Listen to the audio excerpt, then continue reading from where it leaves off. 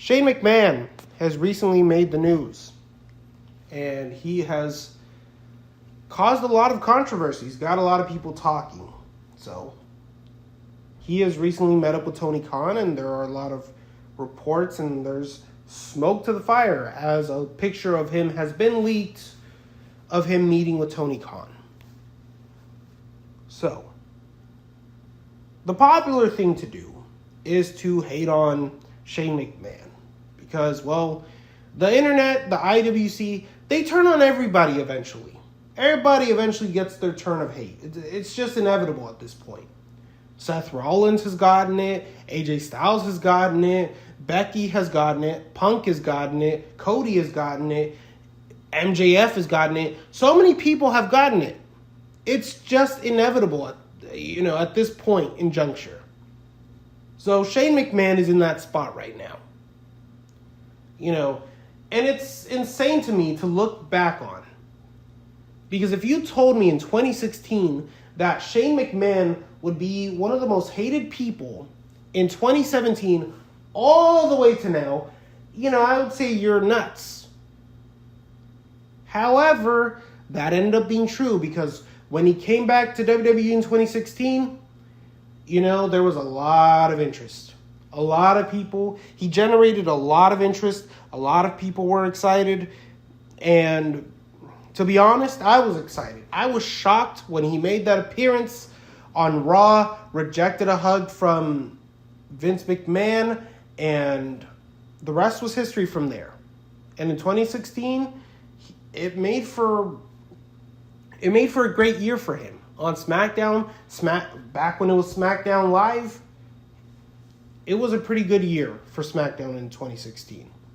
Not such a great year for Raw in 2016, but a great year for SmackDown, which is so interesting. I still wonder why it is that it was a tale of two shows, and one was so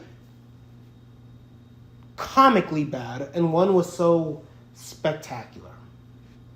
So, we fast forward over to 2017, and SmackDown inevitably became the Shane McMahon show in the same way that Raw became the Stephanie McMahon show from the years of 2014 to 2016.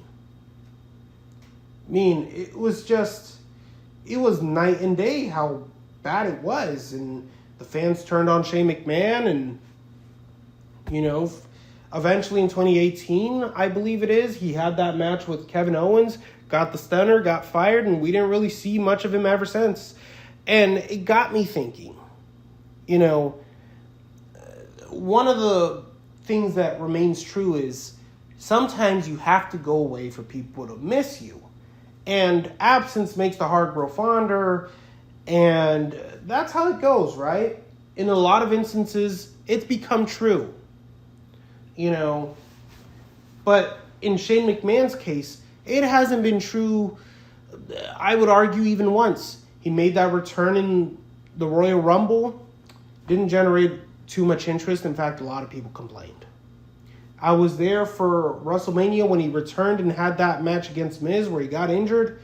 A lot of people, I was there. I was one of the ones going crazy for him. Not a lot of people in my row got too excited for him. And there were in fact people laughing at him when he buckled. He tried that position where, he jumps over the Miz, lands on his feet. That didn't work out well to him. He again got injured, and then Snoop Dogg, stepped in and he gave the funniest looking people's elbow I have ever seen in my entire life. So that happened. With that said, again, Shane McMahon, he's tried to go away. It didn't work out well for him. He has done that part. It didn't work out well for him. And, a lot of people can't argue this, right? He has stepped away. He was not seen on WWE TV in such a long time. So where do we go from here? He needs a change of pace. Different environment, different scenery. It could be exactly what he needs. He could probably be more appreciated in AEW than he would be in WWE. I'm just keeping it like it is, telling it like it is. Because this is exactly what Cody Rhodes needed, and this is exactly what CM Punk needed. Near the tail end of their tenures in AEW, the crowds were shitting on them. They were absolutely raking them through the coals. CM Punk was labeled an attitude problem, had an ego, he was washed. That's what all the people were saying about him. Cody Rhodes, same thing. A lot of people were tired of him. They didn't like the good guy act. They wanted him to turn heel. Inevitably, what happened? They both left AEW. They went to WWE on their own time, on their own accord, at different times as well, rather. And both of them became over. Cody Rhodes, when he came back, he was loved by the fans, cheered on, and he eventually came to the spot where he is now. CM Punk came back to WWE, and he's back to where he is now. He's got a lot of people interested in him, and so does Cody Rhodes. They're both incredibly over. Now, don't get me wrong. When CM Punk came back, there was still that stigma remaining. A lot of people thought that, he would blow his position with WWE in less than a month. A lot of people thought it would take less than a year. A lot of people, personally, I will admit, I was a little bit worried, that something would happen as well. However, I did also think to myself, this is a different environment where people act like adults. And it's a different locker room too. There isn't a lot of fighting going on. There wasn't, in the same way that it was back then, by the way, mind you. It's not like WWE is absolved of their actions either. They've had a lot of locker room problems, but that was way back when. Whereas in AEW, you're kind of hearing about this on a regular basis. MJF has now gotten into an incident with Britt Baker, and I don't even know why. I still have to look that up, but, it's insane to me. So, anyway, with that being said, all of that stigma has eventually gone away with CM Punk. So, in that same vein, we can make the argument that this might be exactly what Shane McMahon needs in order to get respected by the people again. Have the crowd appreciate him again. And maybe that's all he wants, is just to get appreciation.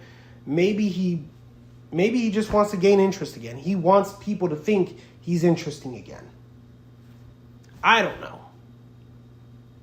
But I do think that if he wants to be in the wrestling business again, if he wants to be an active performer and WWE's not giving that to him, well, he's gonna do what he wants. He's gonna try to make that happen.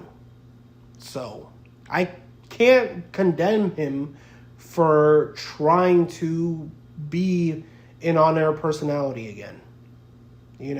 He just has to be an interesting character. Do I think he can do that? Yes. In what capacity? I don't know. But he is a McMahon. And he did used to have very fun matches. So maybe he can have fun matches again. I don't know. I mean, hey, look at that match with The Undertaker. Look at that match with AJ Styles. They were both very fun matches. Shane McMahon can still go. It just needs to happen. Just needs to have the right dance partner. A guy like Ricky Starks, I could see that being very fun for Shane McMahon. I could see him mixing it up with Christian Cage, Adam Copeland, even MJF, I think would be pretty interesting. So, look, he won't be a game changer for AEW.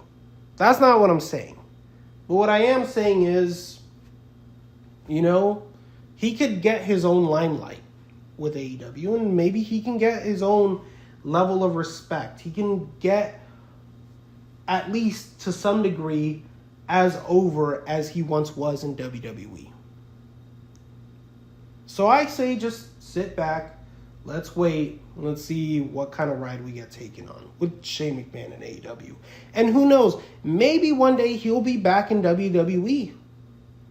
I don't doubt that either. I don't doubt that he's going to want to come back in WWE at some capacity. It's inevitable. So, again, we'll see what happens with that. And I think it'll actually be pretty fun. But that's just my opinion.